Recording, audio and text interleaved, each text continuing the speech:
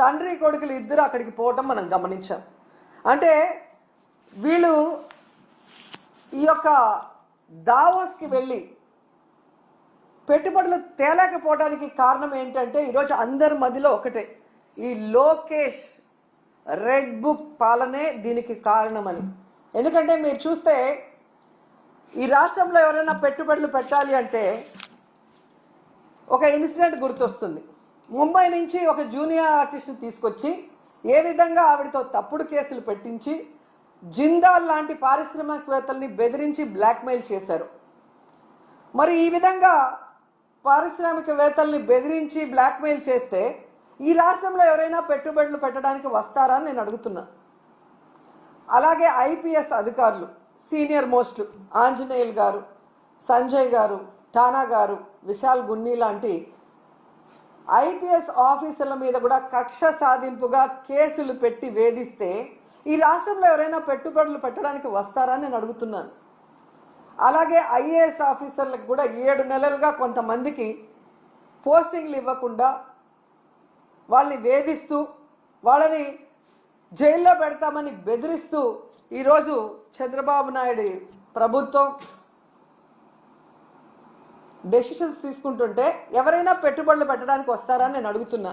ముఖ్యంగా ఈ రాష్ట్రంలో మీరు చూస్తే ఆడపిల్లలు, చిన్న పిల్లల మీద అత్యాచారాలు, అఘాయిత్యాలు, అలాగే హత్యలు జరుగుతుంటే అలాంటి రాష్ట్రంలో ఎవరైనా పెట్టుబడులు పెట్టడానికి వస్తారని నేను అడుగుతున్నా. అండ్ ముఖ్యంగా నారా లోకేష్ దావోస్కి వెళ్ళి సిగ్గు లేకుండా నా ప్రత్యర్థుల్ని అనగతొక్కడానికి నేను రెడ్ బుక్ని యూజ్ చేస్తున్నాను అని చెప్తే ఎవరైనా పెట్టుబడులు పెట్టడానికి వస్తారా అని నేను అడుగుతున్నాను. ఈరోజు మీరు చూస్తే ఈ రాష్ట్రానికి పెట్టుబడులు రాకపోవడానికి కారణం ఈ రెడ్ బుక్ రాజ్యాంగమే. ఎందుకంటే ఎవరైనా పెట్టుబడులు పెట్టాలి అంటే ఆ రాష్ట్రంలో లా అండ్ ఆర్డర్ కరెక్ట్గా ఉండాలి, పారదర్శకమైన పరిపాలన ఉండాలి, అలాగే రోడ్డు, రైలు, ఏరోప్లేన్, అలాగే పోర్ట్స్, ఇవన్నీ కూడా అంటే ట్రాన్స్పోర్ట్ ఇది కరెక్ట్గా ఉంటేనే అక్కడ పెట్టడానికి అవకాశం ఉంటుంది. మీరు చూస్తే జగన్మోహన్ రెడ్డి గారు ముఖ్యమంత్రిగా ఉన్నప్పుడు ఇవన్నీ కూడా ఎంత చక్కగా చేశారో మీ అందరూ కూడా గమనించవచ్చు.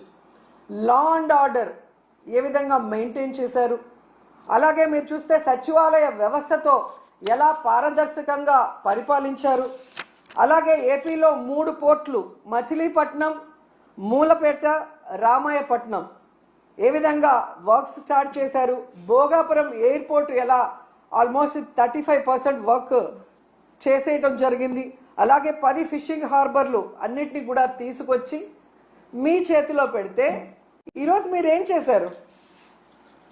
జగనన్న పారిశ్రామికవేత్తల కోసం రెడ్ కార్పెట్ వేసి ఫ్రెండ్లీ స్టేట్గా ఇన్వెస్ట్ చేయడానికి దాన్ని ఏర్పాటు చేసి మీ చేతికి ఇస్తే ఈరోజు మీరు రెడ్ బుక్ రాజ్యాంగం అంటూ రాష్ట్రంలో ఈరోజు లా అండ్ ఆర్డర్ లేదు, రోడ్డు పైనే నరికేస్తున్నారు మనుషుల్ని. అలాగే ఎవరు నోరు తెరిసినా వాళ్ళ మీద కక్ష సాధింపుగా తప్పుడు కేసులు, ఒకటి రేప్ కేసు, లేదా అటెంప్ట్ మర్డర్ కేసు, లేదా ఎస్సీ ఎస్టీ కేసులు పెట్టి చట్టాన్ని కూడా తమ చుట్టాలుగా వాడుకోవాలన్న ప్రయత్నం చేస్తున్నది నిజం కాదని నేను అడుగుతున్నాను. అలాగే ఈరోజు మీరు చూస్తే ఈ చంద్రబాబు నాయుడు, లోకేష్ చేస్తున్న పనుల వల్ల ఈ రాష్ట్ర ఇమేజ్ దెబ్బతినటం వల్ల ఈరోజు దావోస్లో పారిశ్రామికవేత్తలు ఒక్కటంటే ఒక్క రూపాయి కూడా మనకి ఎంఓఈ చేయకపోవడం చాలా బాధాకరం.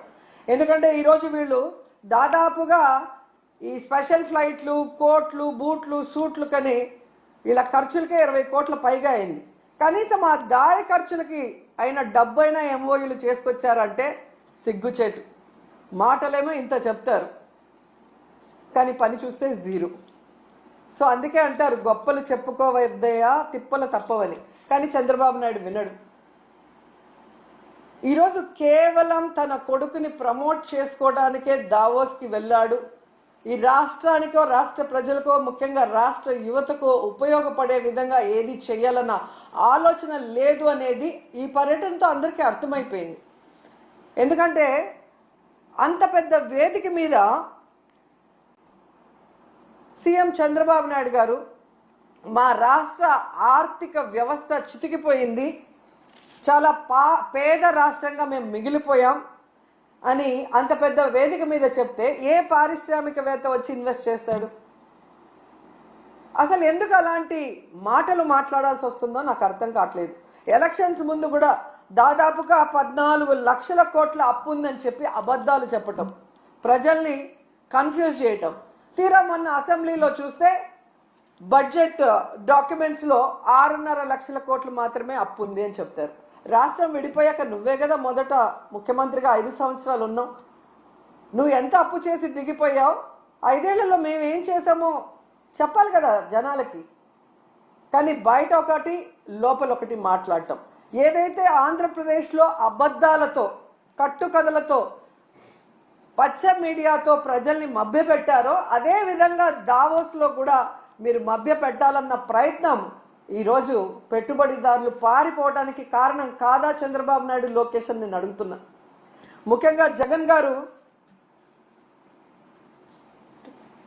ముఖ్యమంత్రిగా ఉన్నప్పుడు దావోస్కి వెళ్తే ఏ విధంగా 1,26,000 కోట్ల రూపాయలకి ఎంఓఐలు చేసుకొచ్చారో మనం అందరం కూడా కళ్ళారా చూసాం. అలాగే విశాఖలో గ్లోబల్ ఇన్వెస్ట్మెంట్ సమ్మిట్ ఏర్పాటు చేసి 13.5 లక్షల కోట్ల రూపాయలకి ఎంఓఐలు చేయటం మీ అందరూ కూడా గమనించారు ఈ రాష్ట్ర ప్రజలు. ఎందుకు ఇది చెప్తున్నానంటే ఈ నెలలో సాక్షాత్తు ప్రధానమంత్రి గారు శంకుస్థాపన చేసిన 1,85,000 కోట్ల గ్రీన్ ఎనర్జీ ప్రాజెక్ట్ని ఆ రోజు విశాఖ గ్లోబల్ సమ్మిట్లో జగనన్న తీసుకువచ్చిన విషయం ఈ రాష్ట్ర ప్రజలకు ఇంకా గుర్తుందని నేను అనుకుంటున్నా. అలాగే ప్రధానమంత్రి గారు శంకుస్థాపన చేసిన బల్క్ డ్రగ్ ప్రాజెక్ట్ కూడా జగనన్న ముఖ్యమంత్రిగా ఉన్నప్పుడు ఇతర రాష్ట్రాలతో పోటీ పడి తీసుకొచ్చింది. దానికి భూమిని కూడా జగనన్నే తన హయాంలో కేటాయించింది నిజం కాదా అని అడుగుతున్నా. సో జగనన్న తీసుకొచ్చినవి మీ గొప్పతనంగా ప్రధానమంత్రి గారిని పిలిపించి మొన్న హడావిడి చేశారు తప్ప మీ పరిపాలన చూసి మిమ్మల్ని చూసి ఒక్క ప్రాజెక్ట్ అయినా, ఒక్క పారిశ్రామికవేత్త, ఒక్క పెట్టుబడి అయినా పెట్టాడని నేను అడుగుతున్నాను. జగనన్న విశాఖలో గ్లోబల్ ఇన్వెస్ట్మెంట్ సమ్మిట్ పెడితే అదాని వచ్చారు, అంబానీ వచ్చారు, జిందాల్ గారు వచ్చారు. అది జగనన్న క్రెడిబిలిటీ, ఆయన సుపరిపాలన, ఆయన పారదర్శకమైన పరిపాలన, ఆయన ఫ్రెండ్లీ నేచర్ పారిశ్రామికవేత్తలతో, అలాగే ఈజ్ ఆఫ్ డూయింగ్తో ఏ విధంగా పారిశ్రామికవేత్తలకి అందుబాటులోకి అన్ని తీసుకొచ్చారో అందుకే వాళ్ళందరూ రావటం జరిగింది. కానీ మీరు మీ హయాంలో ఒక్కరంటే ఒక్కరు రావటానికి భయపడుతున్నారు అంటే దానికి కారణం మీ అరాచక రెడ్ బుక్ పాలన కాదా అని నేను అడుగుతున్నాను. ఈరోజు ఇన్ని మాట్లాడి వెళ్ళిన మీకు ఉత్త చేతులతో తిరిగి రావడానికి సిగ్గు లేదా అని అడుగుతున్నాను. ఏ మొహం పెట్టుకొని ప్రజలకు ఏం చెప్పాలనుకుంటున్నారు? మీకేం కొత్త కాదులేండి. పక్క రాష్ట్రాల వాళ్ళు పెట్టుబడులతో వస్తే మీరు కట్టుకథలతో వస్తారు. ఎవరి మీద తోసేద్దామా, ఏం చెప్పి తప్పించుకుందామా అన్న కార్యక్రమం మీకు తెలిసినంత బాగా ఎవరికి తెలియదు. దీనికోసం కాదు మీకు ఓట్లేసింది, మీకు అధికారం ఇచ్చింది, మీకు పదవులు ఇచ్చింది. ఇప్పటికైనా ఈ రెడ్ బుక్ అరాచక పాలనని మానేసి ప్రజలకి మీరు ఏదైతే ప్రామిస్ చేశారో ఆ ప్రామిస్ని ఫుల్ఫిల్ చేస్తూ ఈ రాష్ట్ర పరువుని కాపాడమని చంద్రబాబు నాయుడుకి, లోకేష్కి, పవన్ కళ్యాణ్కి తెలియజేసుకుంటున్నాం. ఎందుకంటే పవన్ కళ్యాణ్ గారు ఏదో మత్తులో మాయలో ఉన్నారు, చంద్రబాబు నాయుడు మత్తు మాయలో.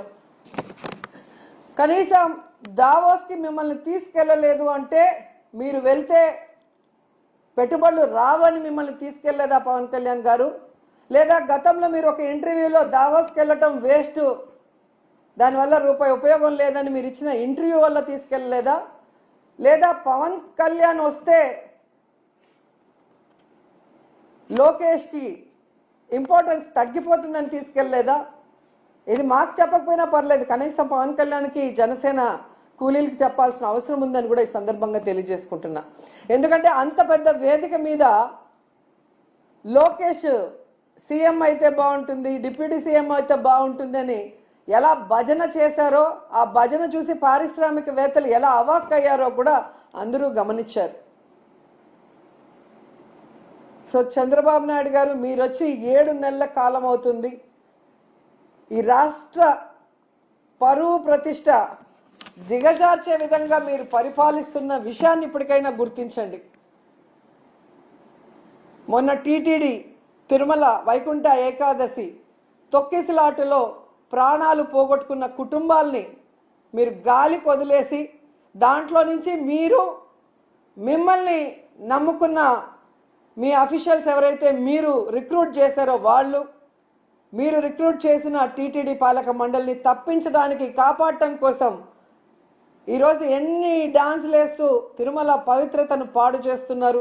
లడ్డూ విషయంలో ఎలా ఈ తిరుమల పవిత్రతను పాడు చేశారు.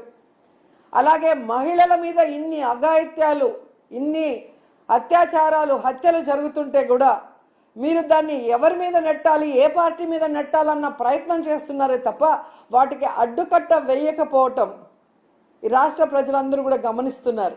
ముఖ్యంగా పవన్ కళ్యాణ్ గారు లా అండ్ ఆర్డర్ ఫెయిల్యూర్ అయింది, హోమ్ మినిస్టర్ ఫెయిల్యూర్ అయ్యారని చెప్పి అంత చెప్పిన తర్వాత కూడా ఇంతవరకు మీరు లా అండ్ ఆర్డర్ మీద దృష్టి పెట్టలేదు అంటే ఈ రాష్ట్ర ఇమేజ్ ఎంత దిగజారిపోయిందో దావోస్ పర్యటనలో మీకు ఒక్క ఎంఓయూ కూడా అవ్వకపోవటం అనేది ఇప్పటికైనా తెలుసుకొని రాష్ట్ర ప్రతిష్టని, పరువుని పెంచే విధంగా మీరు పరిపాలిస్తారని ఆశిస్తున్నాం.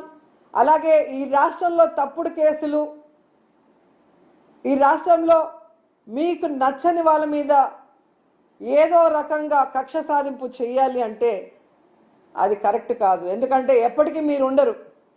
రాబోయే కాలంలో జగన్మోహన్ రెడ్డి గారు ఖచ్చితంగా ముఖ్యమంత్రి అవుతారు. ఎందుకంటే ఇప్పటికే ప్రజలు మీకు ఓటేసిన దానివల్ల వేసిన వాళ్ళు బాధపడుతున్నారు. ఈవీఎంల వల్ల మీరు గెలిచారనుకున్న వాళ్ళు మీరు దిగిపోవాలని ప్రార్థనలు చేస్తున్నారు. ఎందుకంటే మీ వల్ల పేదవాళ్ళకి ఉపయోగం లేదు, రాష్ట్రానికి ఉపయోగం లేదు, ఏ వర్గానికి కూడా ఉపయోగం లేదు.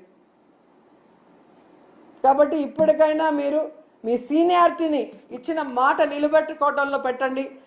ఈ రాష్ట్రంలో పుట్టినందుకు 4 సార్లు ముఖ్యమంత్రిని మిమ్మల్ని చేసినందుకు ఈ రాష్ట్ర ప్రజలకు ఇచ్చిన వాగ్దానాలు నెరవేరుస్తూ ఈ రాష్ట్ర ప్రతిష్టని పెంచే విధంగా ముందుకు వెళ్ళండి. ఇప్పటికైనా అబద్ధాలు చెప్పడం మానేయండి అని కూడా ఈ సందర్భంగా తెలియజేసుకుంటూ, నిజంగా ఈరోజు ఒక్క ఎంఓయూ కూడా జరగకుండా వీళ్ళు తిరిగి రావటం వీళ్ళకి సిగ్గు అనిపించడం లేదేమో కానీ ఈ రాష్ట్రంలో ఉన్న ఒక ప్రజల్లాగా, అంటే ఒక ఓటర్ లాగా లేదా ఒక లీడర్ లాగా మేమైతే పక్క రాష్ట్రాల వాళ్ళ ముందు మొహం చూపించలేక సిగ్గుపడుతున్నాం. గతంలో ఎలాగైతే బాబు వస్తే జాబ్ వస్తుందన్నాడు, కేవలం వాళ్ళ బాబు లోకేష్ బాబుకే ఎమ్మెల్సీ ఇచ్చి మంత్రిని చేసుకున్నాడు. ఇప్పుడు 20 లక్షల మంది అబ్బాయిలకంతా ఉద్యోగం ఇస్తాం లేదా నిరుద్యోగ భృతి ఇస్తామన్నారు. 7 నెలలు అయింది, ఒక ఉద్యోగం లేదు, నిరుద్యోగ భృతి లేదు. మళ్ళీ వాళ్ళ కొడుకు లోకేష్ బాబుకు మాత్రమే మంత్రిగా ఉద్యోగం ఇచ్చారు. సో ఈ రాష్ట్ర ప్రజలు బాగా గమనించండి.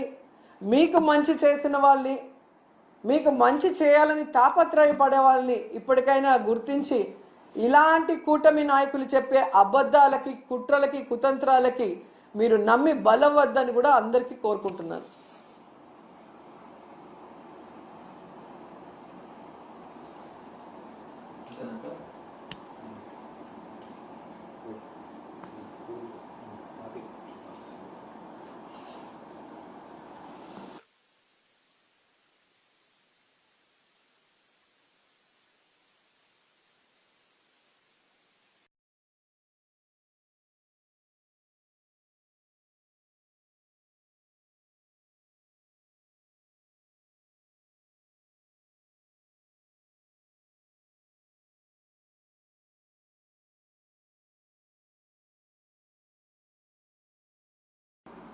ఏరోప్లేన్, అలాగే పోర్ట్స్, ఇవన్నీ కూడా అంటే ట్రాన్స్పోర్ట్ ఇది కరెక్ట్గా ఉంటేనే అక్కడ పెట్టడానికి అవకాశం ఉంటుంది.